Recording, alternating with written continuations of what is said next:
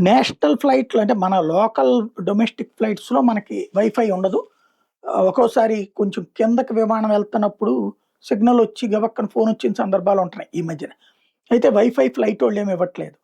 విదేశాల్లో ఫ్లైట్‌లలో ఇస్తారు. అంటే ఇంటర్నేషనల్ ఫ్లైట్‌లలో ఇదివరకు వైఫై ఉండేది గాదు.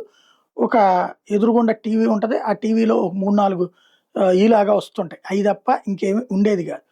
ఇప్పుడు వైఫై ఫెసిలిటీ స్టార్‌లింక్ ఏదైతే డైరెక్ట్ శాటిలైట్ టు సిగ్నల్ అన్నటువంటి దాన్ని ఎమిరేట్స్ వాళ్ళు తమ కస్టమర్‌లకి ఇచ్చారు.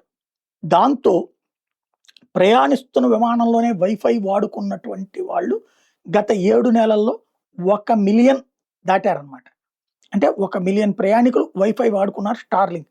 ఇప్పుడు ఇది ఇక మిగతా సంస్థలు కూడా 36 ఎయిర్‌క్రాఫ్ట్‌లు అందులో 33 బోయింగ్ 777స్, 3 ఎయిర్ బస్సులు ఎయిర్ బస్ ఏ380లో ఈ ఫెసిలిటీ ఇచ్చారు. ఇప్పుడు అన్ని సర్వీసుల్లో కూడా ఇది ఉండాలి అన్నది రాబోయేటటువంటి రోజుల్లో మనకి బిల్లులో అంటే టికెట్‌కి ఇచ్చేటటువంటి ఛార్జీల్లో ఇది గూడా వేసినా ఆశ్చర్యపోనక్కర్లేదు.